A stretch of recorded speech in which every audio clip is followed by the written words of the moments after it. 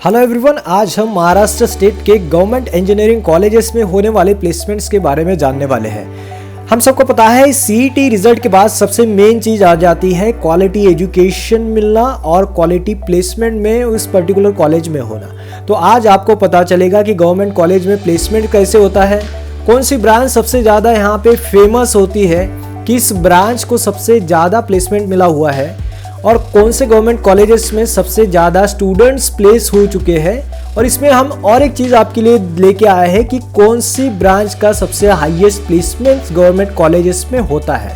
और भी कई सारी चीज़ें आज की स्पेशल सेशन में रहने वाली है। So viewers, you are watching freshers gate. I am your host Harish Chandra. अगर आप नए हैं फ्रेशर्स गेट में तो प्लीज़ हमें सब्सक्राइब करें, क्योंकि यहाँ पे आपको मिलता है नया और latest educational stuff. So guys, सबसे पहले हम लोग government College of engineering Amravati के बारे में टोटल जान लेते हैं। तो यहाँ पे आपके पास 7 इंजीनियरिंग की ब्रांचेस है और जिसमें कि आप चार्ट में देख सकते हैं कि किस ब्रांच का कैसे कैसे प्लेसमेंट हुआ है। सबसे पहले हम कंपनीज़ की बात करें तो नो डाउट यहाँ पे आपके पास हर टाइप की कंपनी मौजूद है, चाहे सर्विस सेक्टर हो या फिर चाहे अदर सेक्टर हो, चाहे पावर हो या फिर मैकेनिकल सेक्टर हो, तो सब टाइप की कंपनीज आपको यहाँ पे देखने के लिए मिल जाती है। अब ब्रांच वाइज हम प्लेसमेंट्स भी देखें तो सबसे ज़्यादा प्लेसमेंट इस बार आईटी ब्रांच का हुआ है और सबसे ज़्यादा सैलरी भी आईटी ब्रांच के स्टूडेंट्स को ही इस बार मिली हुई है। यानी कि आईटी ब्रांच में इस बार 17 लाख पर एनम का सैलरी पैकेज मिला हुआ है स्टूडेंट्स को। और एवरेज अगर सैलरी की भी बात करें हम लोग तो नॉट बैड, 4.5 लाख तक का यहाँ पे एवरेज सैलरी पैकेज स्टूडेंट्स को गया हुआ है।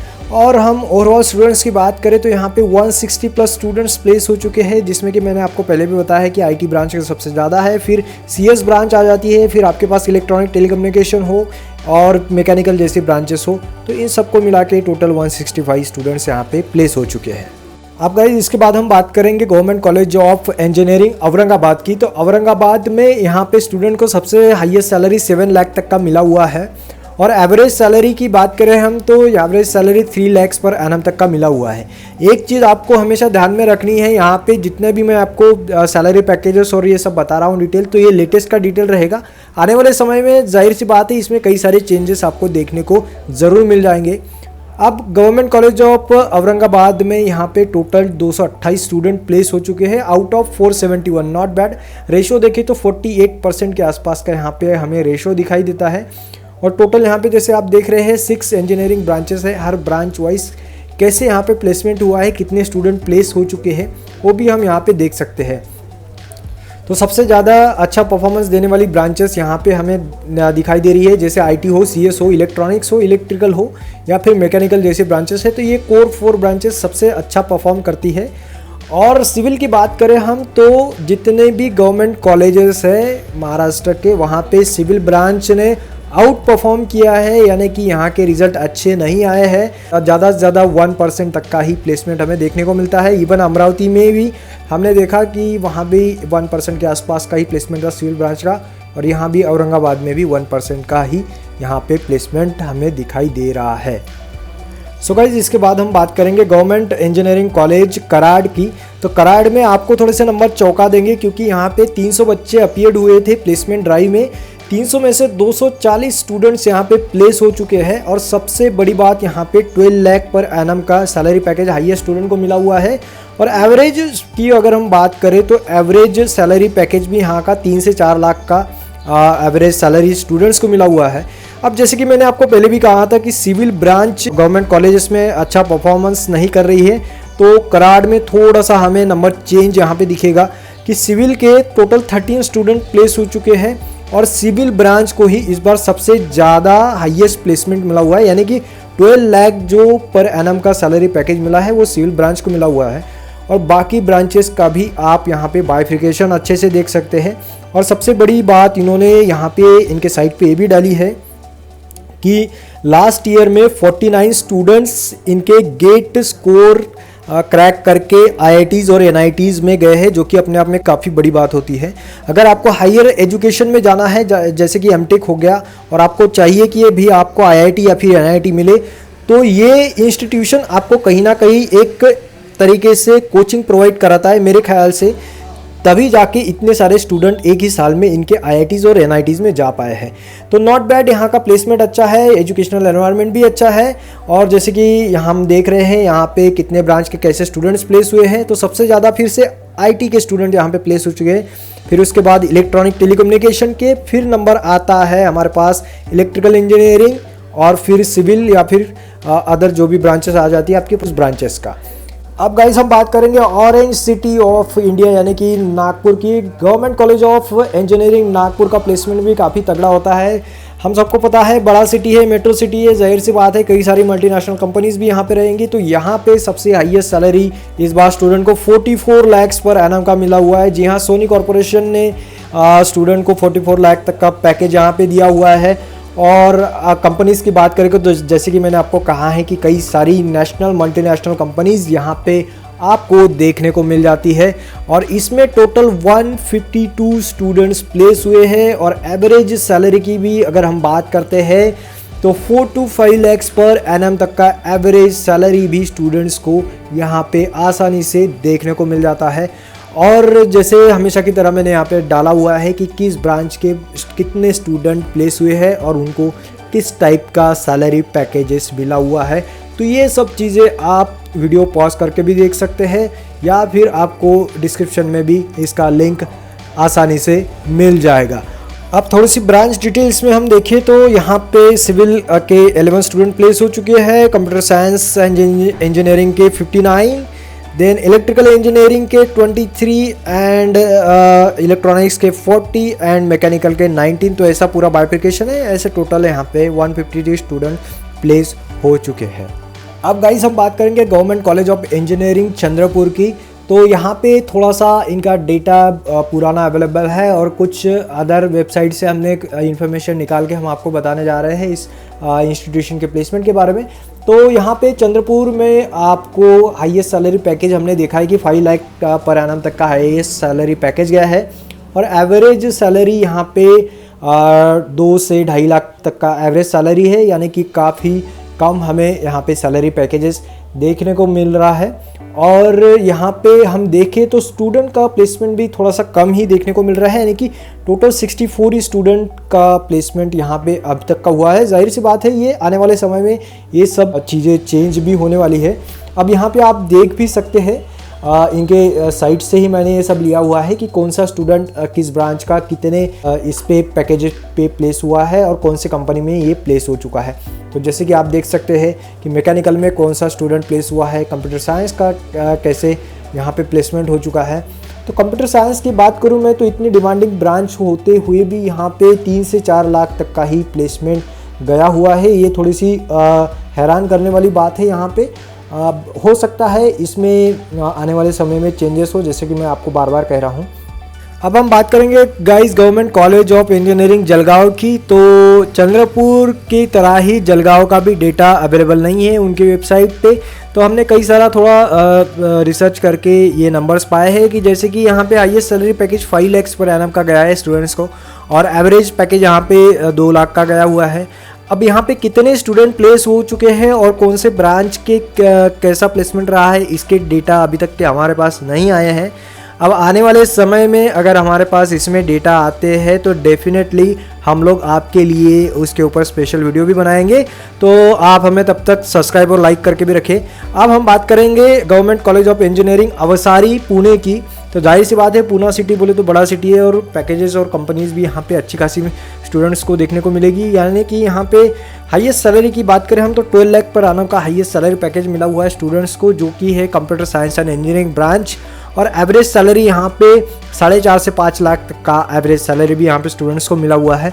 सिर्फ यहाँ पे थोड़ी सी इस बार टोटल नंबर जो है स्टूडेंट प्लेस का वो थोड़ा सा कम हमें नज़र आ रहा है। जैसे कि हम देख पा रहे हैं कि सिर्फ 86 स्टूडेंट्स प्लेस हुए हैं इस बार यहाँ पे, और उसमें से भी आधे स्टूडेंट जो है वो कंप्यूटर ब्रांच के अकेले, बाकी दूसरी ब्रांच जो है वो इलेक्ट्रॉनिक्स एंड टेलीकम्युनिकेशन है जिसमें कि 22 स्टूडेंट्स प्लेस हुए हैं। और थर्ड है हमारे पास इंस्ट्रूमेंटेशन। अब सिविल के तो हमारे पास कोई रिजल्ट नहीं है अभी तक के। मैकेनिकल में भी काफ़ी आउट परफॉर्म किया है इस बार। और कंपनीज़ की बात करें तो हर टाइप की कंपनी यहाँ पे आपको देखने को मिल जाती है। अब इसके बाद हम बात करेंगे Government College of engineering Yavatmal. तो यवतमाल हाल ही में शुरू हुआ है, यानी कि 2018 में इसका इनॉग्रेशन हुआ है। तो अभी तक यहाँ पे किसी भी टाइप का प्लेसमेंट नहीं हुआ है इंजीनियरिंग में, बीटेक में। आने वाले समय में यानी कि 2022 से यहाँ पे हम एक्सपेक्ट कर सकते हैं कि प्लेसमेंट ड्राइव आ जाए, तो तब हम डेफिनेटली आपके लिए एक स्पेशल अपडेट डालेंगे government College of engineering Yavatmal को लेके।